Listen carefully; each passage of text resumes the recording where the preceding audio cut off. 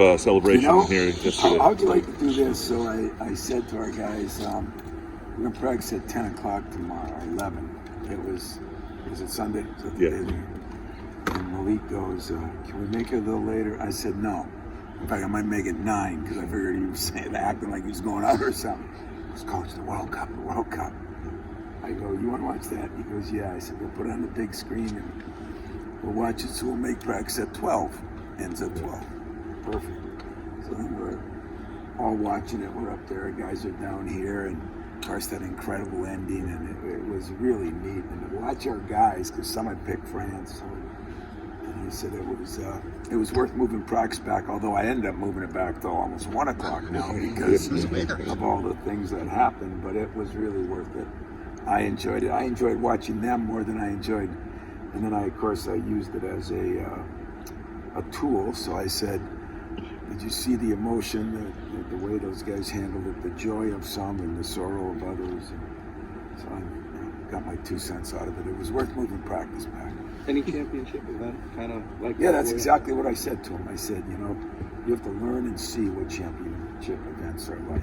If you ever want to play in one, you've got to see what it's all about. And that thing was, that's maybe better than a Super Bowl as far as people playing for their country and this and that. It might be the greatest, even though I'm not a huge soccer fan because it's not enough scoring, man. I sat there and that thing went back and forth. I said, when the hell is someone going to score, And all of a sudden, a bunch of goals. I know. I learned that after. I know that. I watch our own soccer teams play. But just not enough scoring for me to get excited about. And then they scored in like a minute. They scored 2 goals. And, those penalty kicks, though, and then when he got the one in the elbow, that was kind of bizarre to me, But I'm learning more rules. I got educated. I had Mex teaching me something.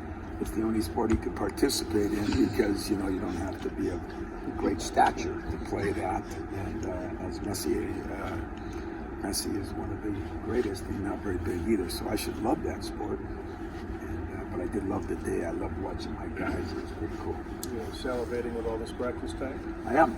It's been great, And I didn't go crazy and have 2-a-days because I got to, watch what we're doing. And we had finals.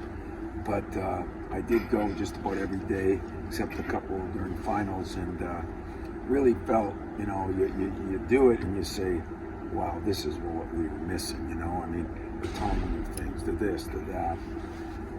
So it's going to give me a good, me and KP are going to sit down here before Christmas and figure out how we schedule the same teams and just in a different style. And it'll help. There's no ACC Big Ten Challenge. I don't know if that helps, but it helps if you don't have mandatory dates that you have to hold off on. And so anything I play in, I hope I'm playing in home events, number one, so I can get you guys to all the greater facilities around the country. And I can pick and choose my dates. It's not just practice time, it's a routine, right? It is a little bit of a routine, even though we went at different, look at Fred, multitasker or what? Even though we did a decent job of it, we still practice at different times. During finals we were at 10 in the morning, 9:30 one day.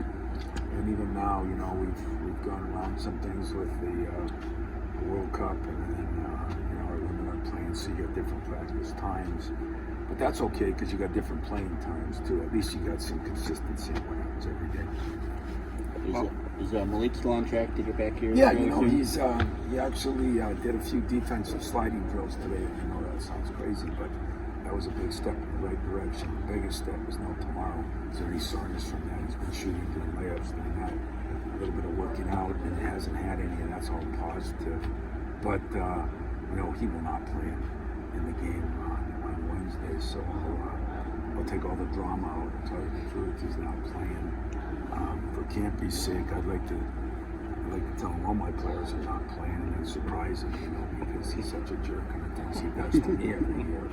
But I'm not going to do that either. I'm going to just tell you that he won't play in that game.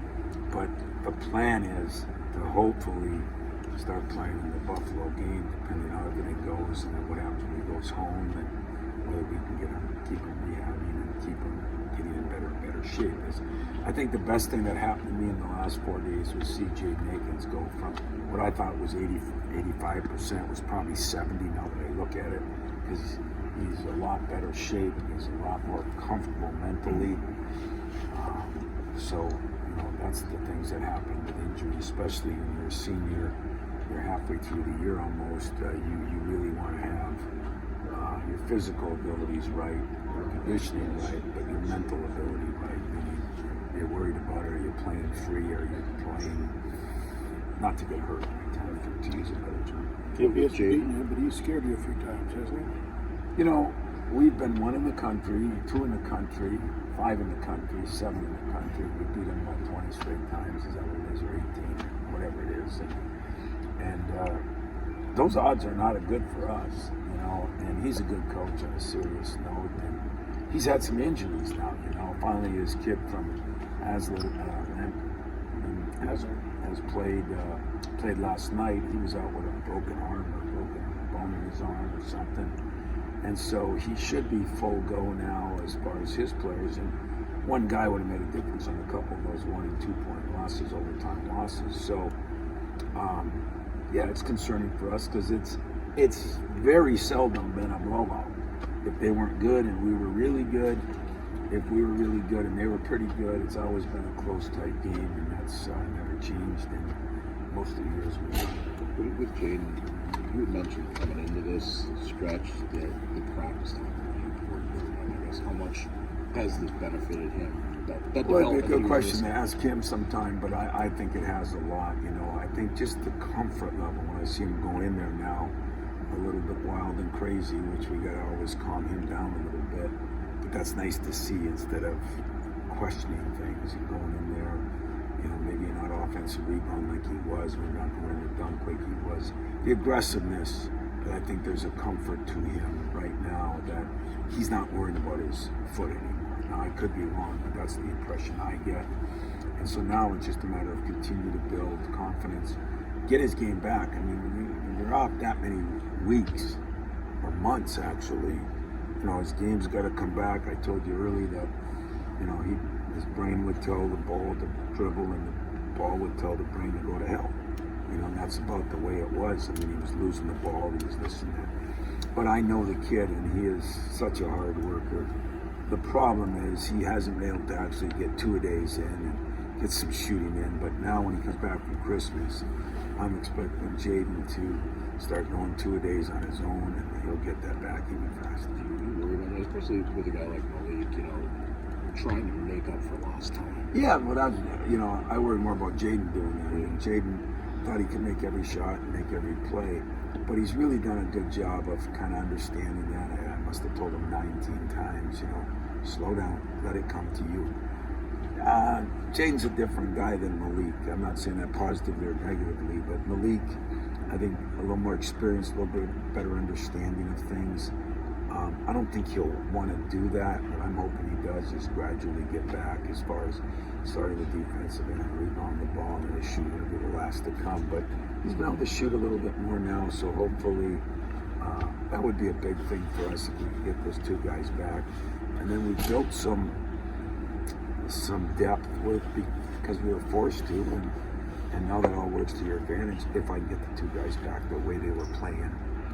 Especially Malik before he went out, Jaden his son. Facing Rocket, what are your sort of emotions and feelings about that? I absolutely hate playing my friends, so I don't like playing campy. I learned a little bit watching Doug go through preparing for his son on the other team. I mean, how do you do that? Okay, guys, make sure you realize if he goes left, he's going to step, he's going to do this, he's going to do that. That's hard, Rock is a guy, when he left here, whether anybody believes it or not, I stay in touch with him even to this day, but I did a lot last year because I love the kid. I just think the situation, COVID, all the things that happened. But he is a very good player that he's got to find himself too, because then he goes down there and he gets hurt a little bit. He missed a lot of time. He's playing in a new system. I felt like if we didn't have the COVID summer where we couldn't practice, Rocket would have been fine here. I really believe that in my heart. And so I think it's been unfair to him. And he transfers, and everybody thinks that's the golden ticket. And that's not the golden ticket because you got to learn a new system, you got to live in a new environment, and then the coach gets fired, so that hasn't been fun for him or fair to him. And now he gets there, and it's another new system, you know. And I know it works out for 1 out of 55,000 if somebody would write the right things and get it down to what it really is. But I feel bad for a guy like Rocket because I think, you know, his freshman year, we don't win the Big Ten without Rocket Watts. Everybody, I know you guys know that. I mean, the way he played in those last 4 or 5 games, the way he defended, rebounded, scored points at Maryland, at Penn State. Ran the point at Illinois. Yeah. Ran the point at Illinois. You know, he did a lot of really good things. And, you know, I think Rock's just got to try to get all the outside, just focusing on what he's doing. And, you know, he's probably going to have a big game, but it's not like we hate him or he hates us. In fact, I'm glad you brought it up because just watching the way this whole thing goes, one of the things that Calipari and I said, coaches are going to hate each other, fans are going to hate players. I hope and pray no Michigan State fans give Rocket anything different. It wasn't just that he left here. It was a mutual thing because it just wasn't right for him at the time. And I love the kid and you know, talk to him. He's called me when we've won games or he's watching. So there's nothing but love after the game. Before the game, I can't like him as much. That's just the way that it works. Same with Campy. I mean, I love Campy 364 days a year, but that 5th day, I don't like him at all. And that's the way I'll approach it. Over the last week, have you liked the progress you've seen?